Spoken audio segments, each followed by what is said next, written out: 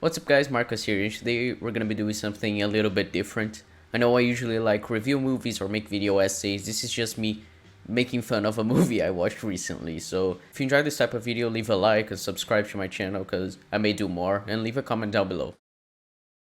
Okay, so Corona Zombies, it's a thing.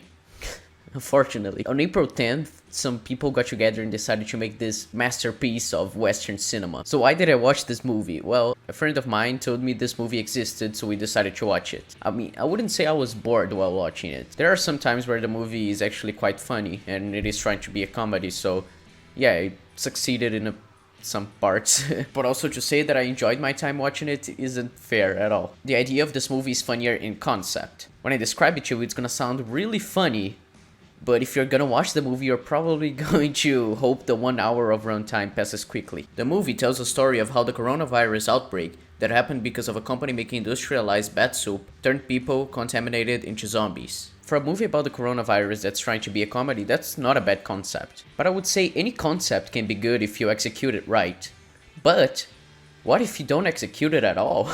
See, this movie works in a very peculiar way. It has scenes with a character called Barbie, who is played by an actress who was in El Camino. Imagine 1 year working with Aaron Paul and being directed by Vince Gilligan, but on the next you're in your house shooting corona zombies. Anyway, she keeps watching the news and talking to her friend on her phone, so she's the way the movie gives exposition so we can understand what's going on, even though the exposition only makes the movie more confusing. Through the news we have transition scenes into two other scenarios, which are the other subplots of the movie, even though one of those could be considered the main plot, but I'm pretty sure they tried to have the Barbie plot be the main plot. I'm going to talk about those subplots, but I find it really funny how they are incorporated into the news. They say they have cameras that are following the people from the subplots, but the camera person isn't attacked by the zombies at all. I didn't expect this movie to make sense, but they try to explain that, so it just makes it laughably bad. The two subplots are of strippers fighting off zombies in a strip club, and the Corona Squad sent by Donald Trump to get the toilet paper that was stolen. I'm not kidding you, they mentioned Trump by name. Firstly, let's talk about the strippers. See, the people who made this movie did it really fast. They show an interview Trump gave on February 29th. And the movie was released on April 10th, so they had to make it really quickly and during lockdown. So how would they do that? Easy. They shoot the scenes with Barbie and steal two other movies and dub over them. The stripper plotline isn't dubbed over a lot, but it was from a movie that isn't this one. They just got some scenes from it and used it in their movie because they couldn't shoot outside. Not only that, but the stripper subplot is completely pointless. It was probably just there to be filler, since it doesn't impact the rest of the movie in any way, shape or form. Oh, and also because the plotline isn't even resolved by the end of the movie. Now to the Corona Squad subplot.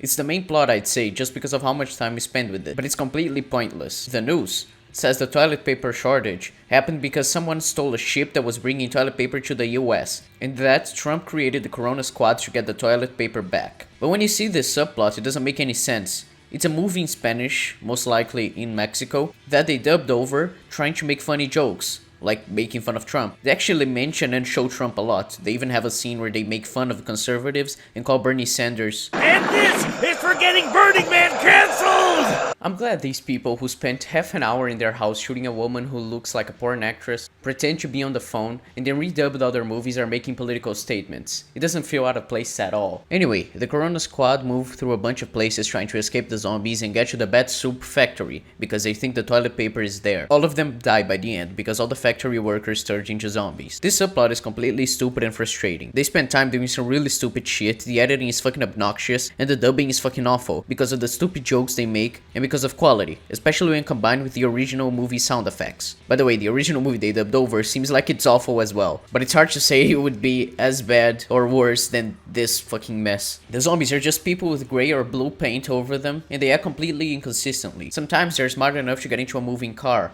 sometimes they just stand there without doing anything. That car scene, by the way, is glorious. The car stops working out of nowhere, and the explanation they give is brilliant. The zombies must have put sugar in our gas tank! But they're on a slope, trying to go down, so they could just slide down and then try to start the car when they are surrounded by zombies. There are two more Corona Squad scenes I want to talk about before going back to Barbie. There's a scene where they have to infiltrate an indigenous tribe for some reason.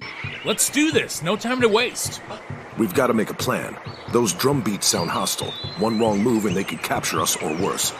God, what if they tie me and beat me? Come on, how dangerous can they possibly be? If they decided you were their enemy, they could easily take all of you out. These indigenous people are very advanced despite their culture. There's good reason they've survived the wilds of Baltimore for all these years. You seem quite infatuated, lady. I don't like your tone, Mr. Stupid Blue Hat. What the hell are you suggesting?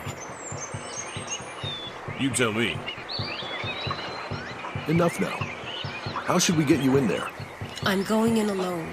I know what they'll respond to. To do so, they make the woman of the group get naked and paint her body. She's the whitest woman ever, but they do it anyway, like she could blend in with the indigenous people. She starts walking into the tribe, and the indigenous people start talking to her, but they don't sound like they should. Hey, what up, girl? I wish I had a swing like that on my front porch. Hey, baby. Ooh, baby, where'd you get all that?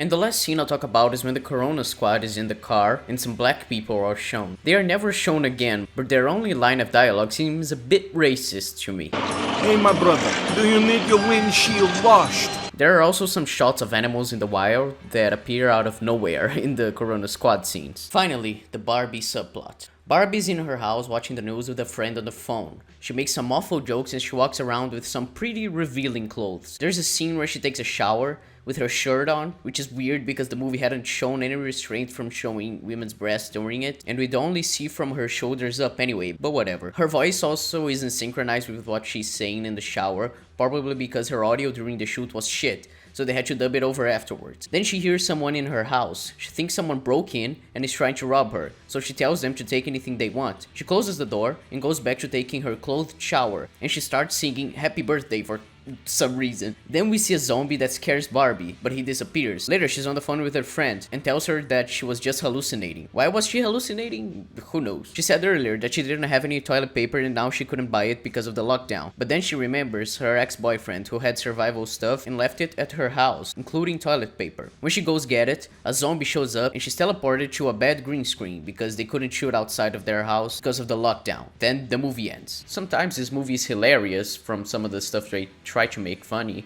Sometimes it's hilariously bad, and sometimes it's just bad. Of course, the people making the movie weren't trying to make something good, and if it was just a YouTube video of them dubbing over some old movie, it would be fine, but it's 1 hour long and it's considered a full project. There were a few entertaining moments, but mostly just gave me a headache from so much stuff and how everything worked so poorly, especially the audio quality. Okay, yeah, I'm done talking about the plots. I'm just gonna show some of the funny stuff of the movie, be it intentional or not. Firstly, there's a scene where a zombie's biting someone and a guy says, Jerry! Knock it off, man! Do something, This isn't the Jerry I know. There's also a scene where the Corona Squad arrived at the place of the guy who stole the toilet paper. That guy had hostages. The Corona Squad kills the guy, but they also shoot some of the hostages. But it's fine. Oops, we shot some of the hostages. There's this scene at the strip club where the zombies ate a woman's shirt, and we have the news reporter saying the following. One victim was quoted as saying, "Yes, there were corona zombies everywhere, but did you get a load of that ass?" This attack doesn't seem like it would work in real life, but who cares? There's a scene where a guy's puking, but it seems like he's spitting cotton out of his mouth. There's a scene where a dude gives his gun to the zombies. The sound the zombies make is very peculiar. Right before the Corona Squad is entirely wiped out, one of them asks the woman to show her boobs as a last sacrifice for the Corona Squad. Barbara, I know this probably isn't the best time for this. I haven't been with a woman for a very long time. So, since this is probably it, I get one last look at those tremendous knockers of yours. One last sacrifice for what's left of the Corona Squad. There's also a scene where a Mexican guy who is dubbed over in English tries to talk in a German accent. They are storming the building! So yeah, this is Corona Zombies. I don't even know how to conclude this video. Just stay safe, stay home, and don't watch this garbage.